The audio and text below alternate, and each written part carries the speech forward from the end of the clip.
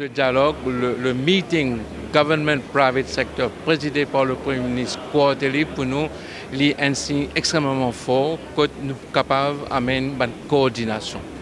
L'investissement, nous avons un chiffre qui est mentionné, une partie au niveau secteur privé, une partie secteur public et différents sous-secteurs. Maintenant, nous devons vraiment prendre chaque target, essayer d'opérationnaliser. 185 milliards au niveau secteur privé, y compris FDI, 75 milliards au niveau secteur public pour l'infrastructure. Vous pensez, c'est un target assez clair et si précis. Et maintenant, c'est à toute une partie concernée pour opérationnaliser ça, pour capable d'arriver ça. Et le Premier ministre il est assez clair sur Air Access, surtout pour relancer la connectivité avec l'Afrique. Nous avons une plateforme pour l'Afrique, pour tout le monde secteur services financiers, les services, même export goods, sans qu'il nous ait une connectivité, il y a un issue. Alors Air Access, surtout au niveau de la région, pour nous, est extrêmement important. L'appel au secteur public, pour nous, il est très très important parce que quand même le secteur public tout le temps il joue un rôle très important dans le développement de Maurice et aujourd'hui nous avons besoin d'un secteur public encore plus performant et l'appel et allons dire l'engagement même du Premier ministre pour que le secteur public soit capable de délivrer est très important et pour nous ça il y a un changement systémique, il y a un changement structurel pour que Maurice soit capable vraiment aspire vers une high income economy. Le mission statement est positif et a un engagement très important et allons dire un commitment qui peut être mettre en place tout un processus pour que Maurice soit capable de gagner un investment rate autour de 25%, qui est aujourd'hui 19,6%, pour qu'éventuellement nous gagnons une croissance autour de 5,3%. Quand nous parlons de l'attitude wait and see, en effet, tout bon opérateur économique a une opportunité pour capable d'investir. Et il y a une série de facteurs en ce qui concerne la décision pour l'entreprise, pour un opérateur pour l'investir. Les business entiers sont confiants pour commencer. Deuxièmement, les besoins de trouver une opportunité. Troisièmement, besoin de facilitation. OK? Alors, c'est tous ces facteurs-là réunis, je pense l'opérateur, qui quand même, dans son intérêt, il investe et il optimise sur une opportunité, il parle de l'avant. On accueille bien le commitment du gouvernement par rapport au secteur manufacturier, surtout qui c'est un secteur traditionnel et qui nous a tendance à être laissé de côté. Mais cette fois-ci, le signal a été très fort par rapport au secteur manufacturier, ce qui veut dire que pour nous, au niveau des opérateurs actuels et aussi investisseurs potentiels, le signal était là, le message était là, investissez, on serait avec vous. Pour nous, ça rejoint aussi, ça renforce un petit peu nos objectifs parce qu'ils ont envie que le secteur manufacturier se développe par un secteur high-tech, high-tech manufacturing sector, qui pour créer l'emploi exactement, qui pour répondre à actuellement le problème d'emploi qu'il y a pour le moment. Le discours est bien fort, le moment aussi est opportun. Et quand le Premier ministre s'engage personnellement dans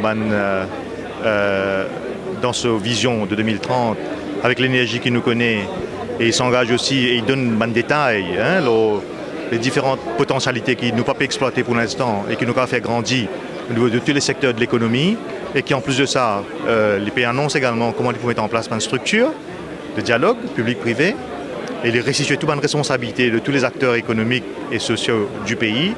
Encore c'est un discours très fort. En tout cas, pour moi personnellement, c'est plus que rafraîchissant, c'est très motivant et ça augure que de bonnes choses pour l'avenir. Le Premier ministre a identifié 4 zones prioritaires. Donc il dit un peu quoi et quand, mais aussi le comment. C'est là aussi qu'il faut mettre un comité en place, secteur privé, secteur public, pour faire un joint committee, mettre la tête ensemble. Parce que la clé de tout ça, c'est l'exécution. Comment mettre ça en place, comment identifier une zone prioritaire, un projet, Donc c'est vraiment là la clé de ce qui pourrait réussir ou pas vient là-dedans. Il y a une éclaircie certaines affaires, mais ce qui est important, c'est qu'il continue à avancer, remettre en question. La clé, c'est l'exécution. Mais aussi, ce qu'il peut faire, c'est remettre un peu l'accent devant. Nous être devant à serre, nous être quand nous cavaler, qui nous cave faire pour arriver. Avant ce discours-là, il y a une atmosphère un peu d'attentisme, un peu de scepticisme et de morosité dans la salle parmi surtout les représentants du secteur privé. Au fur et à mesure que le Premier ministre annonce un projet, annonce tout le secteur que l'Ibiza trouve développement et qu'il fait part ce commitment personnel, lui-même pour diriger cette réunion-là, lui-même pour monitorer ce projet-là et lui-même pour veiller personnellement que le secteur public, le service civil, mettre la main à la pâte.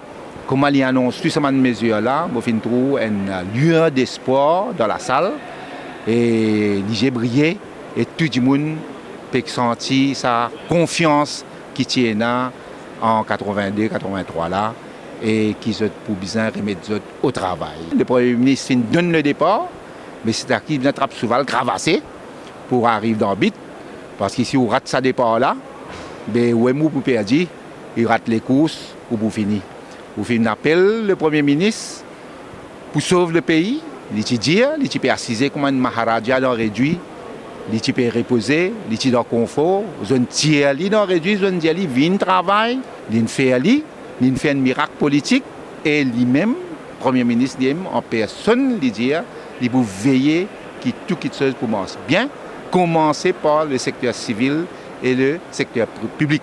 Je pense que nous avons un Premier ministre qui fait l'annonce fort, il exprime fortement son envie, qu'il y ait une collaboration du gouvernement, du secteur privé ensemble pour relever les défis que Maurice a besoin devant nous.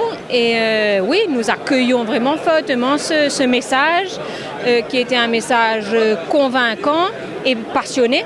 Premier point qui fait l'impressionnement, et je pense que c'est un manquement, c'est une décision qui fait annoncée par le Premier ministre concernant passe la loi pour renforcer la bonne gouvernance dans le secteur public. Et nous comprenons qu'il y a aussi dans le pareil étatique et l'organisation qui est financée par l'argent public. Parce que le gouvernement qui est en place définit les bases, la bonne gouvernance, transparence et accountability. Et nous constatons qu'il depuis janvier, il y a beaucoup de départements qui peuvent fonctionner, que je ne peux pas respecter la bonne gouvernance, et comme si il y a un gouvernement dans un gouvernement. Alors là, ça qui nous attend, par exemple, il y a en tête l'institution comme la PSC, qui a besoin de respecter la transparence, mais continue à faire bonnes affaires, comment dire, un ancien gouvernement encore là. Nous devons penser qu'il a assez besoin de l'avenir.